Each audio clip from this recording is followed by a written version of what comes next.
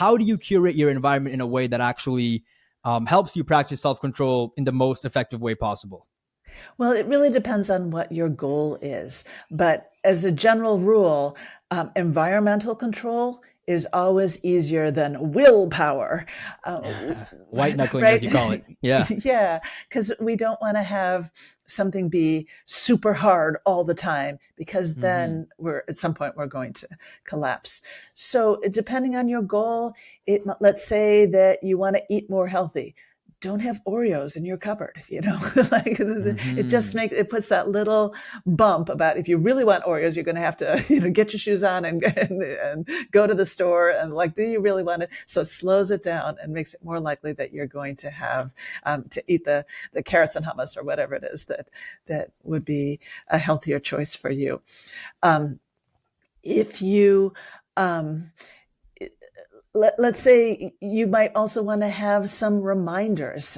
It's easy if you're um, spending a lot of time on your laptop or wherever. You could set a little reminder that says, "Oh, it's 4 o'clock. I need to do whatever it is and stop this." So you're using the environment to trigger something.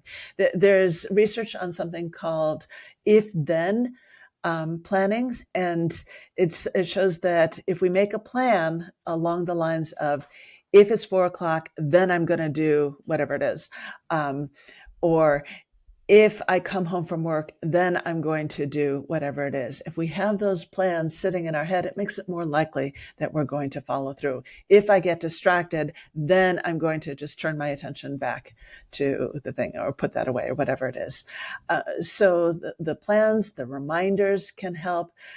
If your problem is getting lost in the internet, you can use a productivity app to make it harder for you to do that. Yes, I know you can go and undo it, but you're putting a little speed bump towards the bad behavior or the undesired behavior, and making it more likely that you're going to do the thing that you want to do.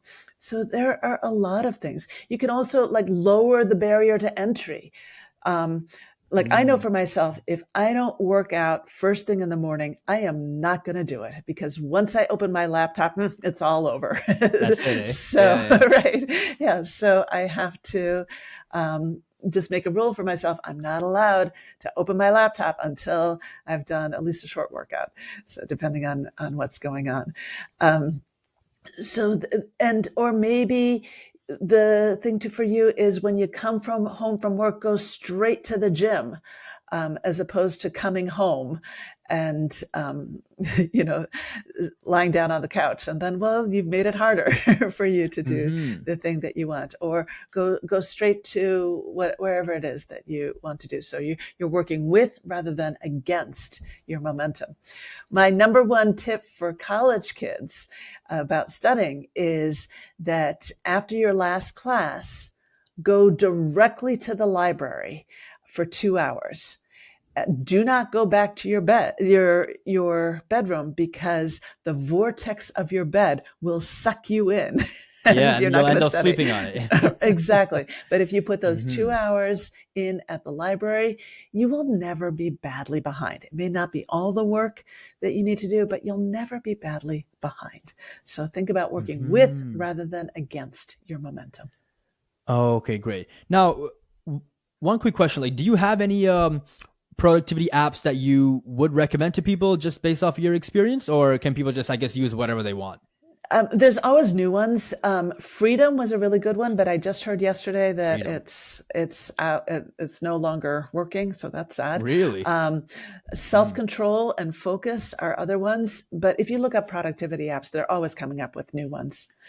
And Got the it. one that's Okay. good is the one you're going Hmm. to use. Yeah, yeah, yeah, for sure, for sure. Yeah, like it's pretty uh interesting because people always talk about like how your environment is more important than motivation, right? So like that narrative has kind of changed because like I guess in the past it's always been about like willpower and being tough and just like not giving in, right? So like, but why is environment so important? Like, what makes it such a pull on the human mind, and why is willpower not the most like effective approach to take when you're trying to, I guess, change a behavior? Well, we have to make choices. So it's not like it's just the environment and I'm sitting here a blob being influenced. Yeah. I'm making Yeah. choices about what my Mhm. environment looks like and how can I set it up to make it more likely that I'm going to do the things that matter to me. A reminder on the calendar could be that's self-control, because I have decided that's what I want to do. Um, I think there's kind of a myth of this tough person who can do anything under the worst circumstances, but that's dumb. Why do it under the worst possible circumstances when you can make it Mhm. easier for yourself? And it's possible that we could white knuckle it through a single task, but that is not sustainable.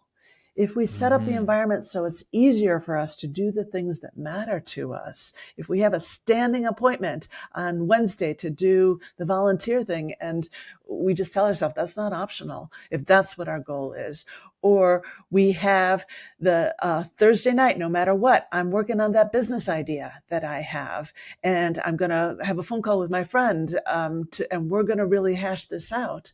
Little bits of effort really do add up, and they're more sustainable than the heroic, Yeah. under the worst circumstances kind of nonsense. Yeah. Yeah, exactly. Like who's Bruce Lee? Yes. Yeah, so he has this like really popular quote where he's like, long-term consistency like will trump short-term intensity, right? So like, Exactly. I love yeah, like it's that. the same Yes. concept that you're talking about. 'Cause, again, it's always about like, like the whole thing is about doing it for life. Like if you want to make Yeah. like an actual change, there's no point in just doing it for 2 months and then end up having like a mental burnout or like a physical Or you burnout, just and then can't now keep it your up. health is Yeah. compromised. Yeah, exactly. Yeah. Or you're not getting to the other important things in your life. So Mm-hmm.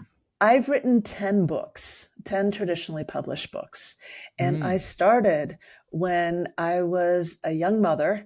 And little bits really do add up is the key to my whole career. Like when Mm-hmm. I was a mom with young kids, I didn't break any speed records for my writing, but I got it done because, 10 books. little bits. Yeah. Yeah. So Yeah, I it's mean 10, but doable. that's wild. Yeah. Yeah. 10 books. So like when did you write your first book?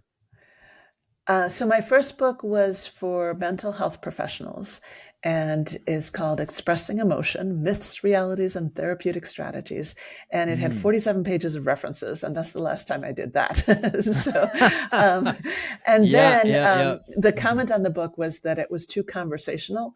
And I thought, well, I can either try to be more pedantic or I can go in my natural direction and be more conversational. And then I started writing books for parents. And then I wrote some books for kids and more books for parents. So it's been fun. Yeah. It's been a while. Yeah, yeah, yeah. I'll link all of that down below so people can go and like check it out if need be, right? Yeah. So, If you you go know to yeah, mhm. eileenkennedymore.com, Yeah. EILEEN Kennedymore.com, and go on the books page, you can see all of that.